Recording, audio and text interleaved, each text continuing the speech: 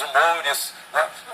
Cristina Kirchner, Chávez e Maduro, Lula e Dilma, isso influencia, aparentemente? Sim, eu acho que sempre influencia, né? É natural, porque as pessoas são diferentes, né? Aqui na região as pessoas são mais fortes que as instituições. Olha, eu acho, por exemplo, que a personalidade do Barack Obama influencia a política externa americana, da Angela Merkel influencia a política externa da Alemanha, do Putin. Não foi a senhora Thatcher? A senhora Thatcher, eu muito que isso um pouco hoje em dia, inclusive com a diplomacia chamada presidencial, dos encontros de chefes de Estado, chefes de governo, isso acaba influenciando, né?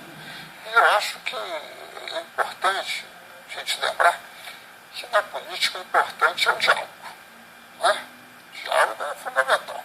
E o Brasil, que é um país... E esse é o instrumento da diplomacia. E da política em geral, né? Você sem diálogo não tem política, você não tem política à base do monólogo.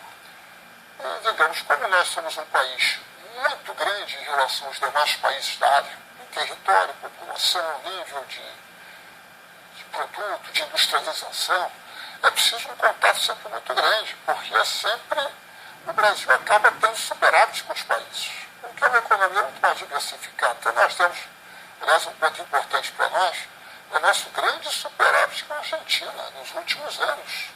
E o grande superávit com a Venezuela. Mercado de 200 milhões versus um mercado de... Então nós temos um superávit importante no contexto da nossa balança comercial, que hoje em dia, que se nós estamos precisando de alguma coisa, é de ter superávit comercial.